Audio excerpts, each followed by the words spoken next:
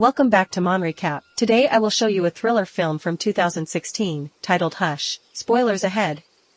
Watch out and take care. A small house can be seen in the forest. Inside the house someone is making dinner, throwing asparagus in a pan, checking on the rice and the lamb rib in the oven. Maddie reads the instructions about the sauce she needs to prepare and later she tries it, disliking it horribly. She sees a message from her neighbor asking to come over and she says yes. Maddie plugs her computer to the charger and continues the conversation with her neighbor on her phone. Then she calls her cat in for dinner and feeds her. Her neighbor can be seen approaching the house. Maddie comes out to greet her. Sarah immediately tells her that she read her book and tries to converse with her in sign language, because Maddie is deaf. She can read lips, but Sarah insists that she let her practice signing with her. Maddie asks her what she thinks of the book and she says that she loved it. She even tried to guess the ending, but missed it completely. Maddie tells her that her writer's brain is the reason why she can come up with different types of endings. Any possible outcome plays out in her brain like a movie. She finds it hard to quiet the voices in her head. Sarah asks her how her inner voice sounds like and Maddie answers that it sounds like her mother. Suddenly, the fire alarm goes off in the house. They run inside and Maddie takes the alarm down, while Sarah takes the lamb out of the oven. Her cat escapes. Sarah says that the alarm is very loud,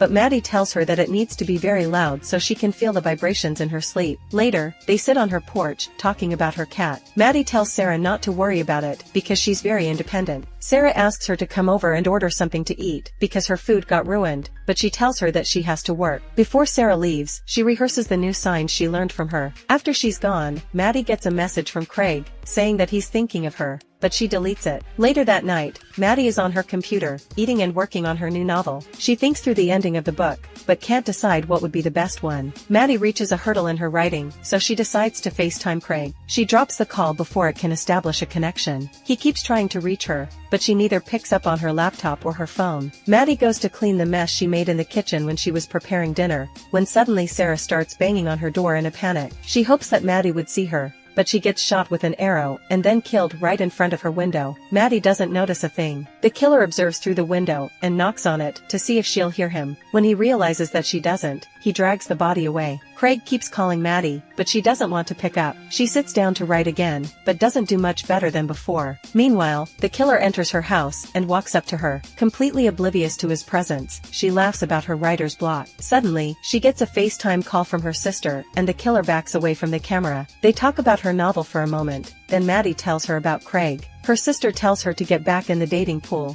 but she doesn't want to. Then she asks Maddie to come back to the city and live with her, to stop isolating herself. The killer grabs her phone from the counter and her sister notices it on camera. Maddie says that it's probably her cat, but that she needs to go find her. They say goodbye. Then she calls her cat by using the sound of the food in her bowl. She doesn't come to her calls, as Maddie continues to look for her through the house. The cat isn't upstairs either. Maddie opens the door and calls the cat again, but leaves it open when she doesn't come to her. She sits down to write again. Suddenly, she gets a picture message from her own phone. The images are from her looking for the cat, and the exact moment she looks at them on her computer. Maddie is scared and walks toward the door cautiously. She sees the killer standing on her porch. He shows her that he has her phone and she immediately runs to close the door in the last second. The killer keeps trying every door of her house, but when he realizes that he can't come in, he circles to the other side of the house and almost gets inside. Maddie goes to call 911 on her computer, but he turns the power off. She tries to join Sarah's network, but she doesn't know the password. He tries to mess with her, then walks off. Maddie goes to the door,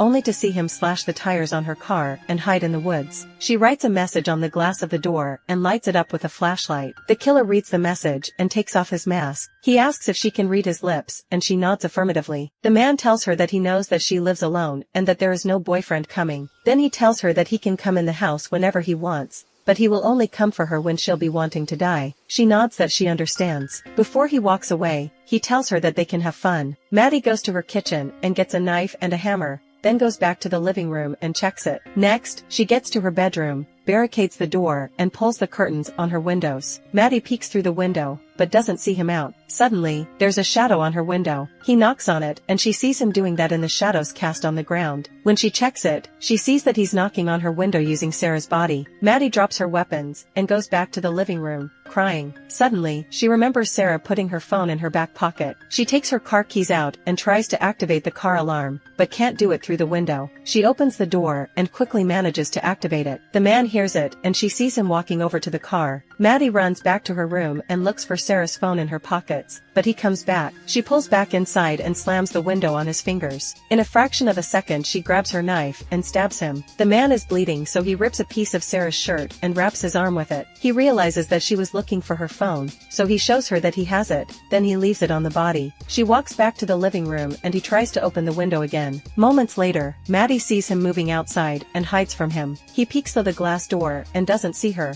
but he figures out where she's hiding. She opens the door and leaves the house, hiding when she sees him. He walks right past her hiding under the porch, then she feels for the vibrations from his steps on the wooden floor. The man walks around the house again, tricking her to get out of hiding, and when she runs he shoots at her a few times with his crossbow, but he keeps missing. She gets back to the house and locks the door again. Maddie gets up to the second floor and observes him from there. When she sees that he's at the front door, she opens a window and climbs out on the back of the house. Maddie is careful to be extra quiet. He's at the front side of the house, so she throws her lit flashlight in the woods to distract him. The man follows the flashlight and she climbs down from the roof.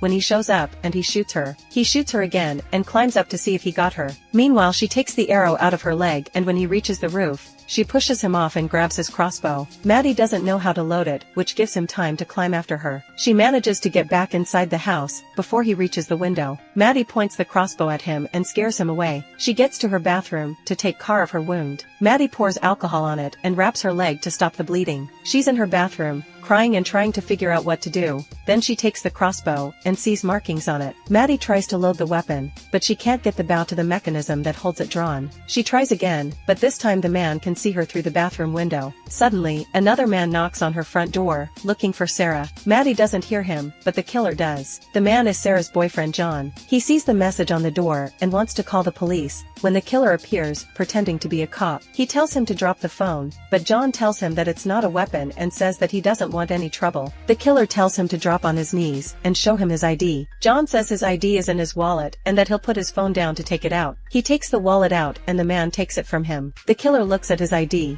then asks if he lives next door. John nods, and the man apologizes for scaring him. He lies to him that he responded to a call and that he found the place like that. Someone was inside the house and ran past him when he arrived, knocking him out. He says that the person also took his gun as well as his radio and that he needs to call the sheriff. John begins to doubt if he's a cop, but he tells him that he's a deputy and that he's new at the job. The man asks to use John's phone and he gives it to him. He pretends to call his station for John's benefit, but doesn't give him his phone back when he's done, and he puts it in his pocket. The two of them talk about Maddie and John tells him that she pretty much keeps to herself. He sees that the man's arm is bleeding and asks him about it, so he lies that the man that jumped him did it. John wants his phone back, and when he gives it to him, Sarah's earring falls out of his pocket. John recognizes it. He starts asking the man questions to see if he would be able to catch him in a lie. The man dodges all of them. In the meantime, Maddie is still trying to draw the bow and gets nowhere with it. John is still trying to figure out who the guy is, but at this point, he's sure that he isn't a police officer. He tells him that Maddie has a key hidden in a planter at the bottom of the stairs. When the man goes down there to check, John picks up a rock and starts getting closer to him, chatting still, so he doesn't realize that he's planning something. The moment he gets a chance to hit him over the head, Maddie starts banging on the window, and the man stabs him. John still goes after him, but the man runs around him until he falls on the ground. Maddie is seeing it all happen, and the man thanks her for showing up at the right time. He leans toward John and he jumps him, tackling him over and grabbing him tightly. He tells Maddie to run. When she goes out the back door, the man runs after her and hits her over the head with a rock, killing her. That was just an outcome of her running away playing out in Maddie's head. Her inner voice tells her that she can't run. She's still inside the house. John dies before he could kill the man. Maddie keeps going through all the different possibilities and outcomes of her situation. She wonders if she could shoot him or go outside and get the power back on. She thinks about the places she could hide in the house, like the bathroom or the loft. Whatever she chooses, if he doesn't find her,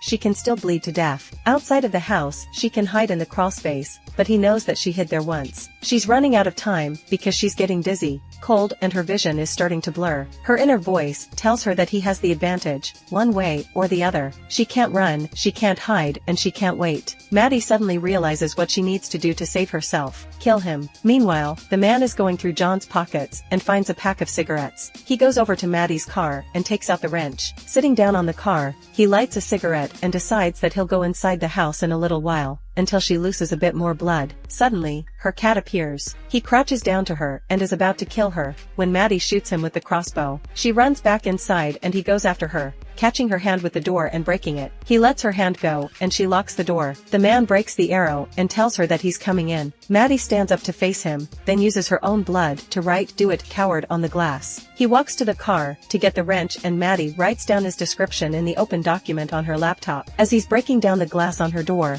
she writes a message for her mom and dad. Maddie hides in the bathroom and waits for him there. She begins to lose consciousness and doesn't notice him coming in from the window behind her. The man lets out a breath which she can feel on her neck, so she turns around dodging his knife and she stabs him. She runs out of the bathroom and gets to the kitchen, seemingly passing out on the floor. He limps toward her, ready to kill her, when suddenly she sprays his eyes with wasp repellent. She grabs the fire alarm and activates it, further incapacitating him until he drops the knife. Maddie grabs the knife, but he pushes her on the floor and they fight. He almost kills her when she reaches the wine opener and kills him. She regains her strength and takes her phone out of his pocket. She dials 911 and passes out. A bit later, Maddie walks out of her house and sits on her porch. Her cat sits next to her. The police finally arrive at the scene. Make sure to subscribe and turn on notifications so you can watch more videos like this. Thanks for watching.